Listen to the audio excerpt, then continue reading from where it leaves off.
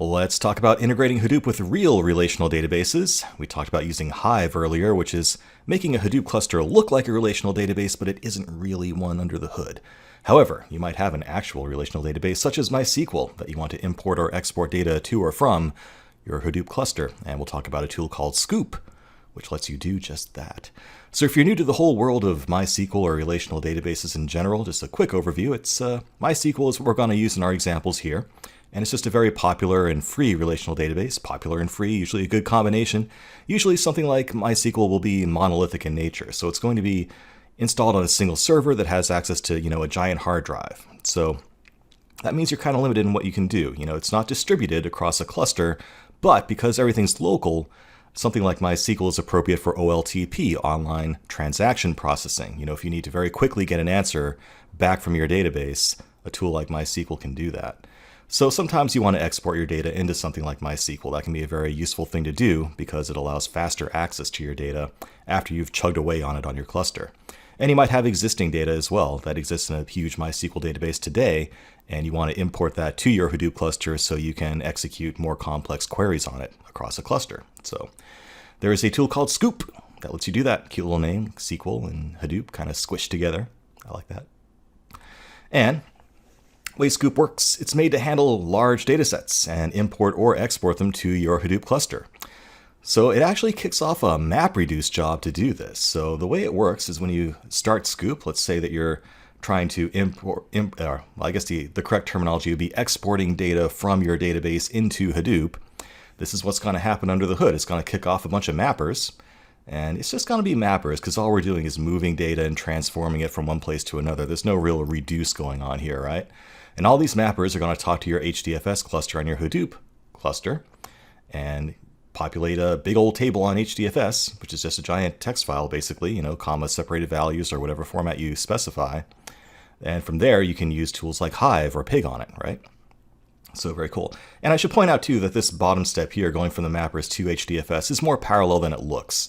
So remember, HDFS itself is distributed across your cluster, and it tries to keep things local. So each individual mapper will probably be talking in part to a block of HDFS that's on that same host. So it's not really the bottleneck that it appears to be here. So anyway, very powerful way of distributing data. And, as with any MapReduce job, there's going to be a good amount of overhead involved in just spinning that job up and kicking it off. So don't expect it to be, the most efficient way of handling imports and exports on small data sets. It's really meant for larger pieces, larger data sets. So let's look at the actual syntax here. Scoop is just a command line thing. So you can kick it off from, a script or a cron job or something like Uzi if you want. And all it does, it's pretty simple syntax. So let's say you want to import data from MySQL to HDFS. This one line would do that for you. So let's break this down. We're saying scoop import, saying that we want to import data into the cluster.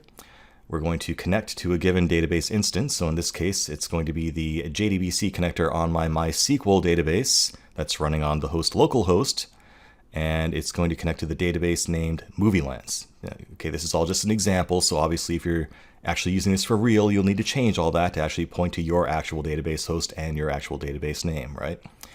We also need to explicitly give it a driver in some cases. So just to prevent some problems, we're going to say explicitly use the com.mysql.jdbc driver. And that's just going to ensure that this works properly on my Hortonworks sandbox environment. You can use other drivers, of course, if you need to. And on some setups, you can just leave that driver argument off entirely and the default should work. And finally, we're going to specify the table that we want to actually move out of MySQL into HDFS. So let's imagine that we have a movies table that contains all the movie names and movie IDs that will tell us what we're interested in actually getting out. So assuming you have the proper permissions set in MySQL for Scoop to actually talk to it, and we'll show you how to do that in a moment, this one little command would actually suck out the entire movies table out of your MySQL database and copy it onto your HDFS cluster as just a bunch of flat files. Now you can also add a -m argument that says how many mappers do you want to use. So we're actually going to add something to this -m1 when we actually run it on our sandbox because there's no point in having more than one mapper when you only have one server. Now let's say you actually want to go straight into Hive. You want to skip that intermediate step of actually dumping files to your HDFS cluster and you just want to create a Hive table. That's very easy to do. All you need to do is add this one little parameter at the end called Hive import, and that will create a new table in Hive called movies that contains your movies data. So very, very smooth integration with Hive for importing data from MySQL or any JDBC connected relational database really into Hive directly, and we'll show that as well.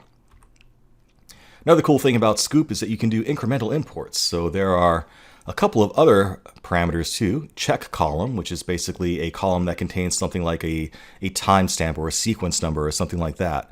And then you can provide a last value argument as well that will say, I only want to import data where this column's value is greater than some given value. So this lets you do things like import a database, keep track of where you left off, right, in terms of some sequence number or timestamp.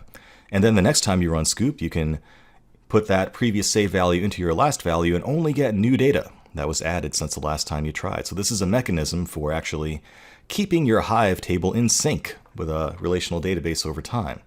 Pretty cool stuff. Also, you can go the other direction. You can export data from Hive into MySQL, and here's how that would look. So a lot of the same arguments here. We're going to say Scoop export instead of import this time. Again, tell it what database you're connecting to.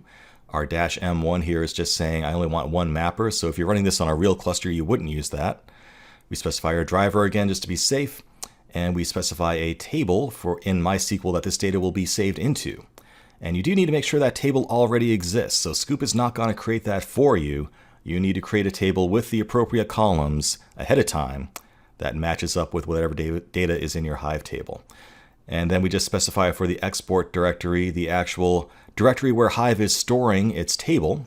And remember, under the hood, all Hive is a layer, like it's imparting a schema onto a file on HDFS. So if we just give it a path to where that data lives in HDFS, and for a managed table in Hive, it's going to be under apps Hive warehouse, at least on Hortonworks.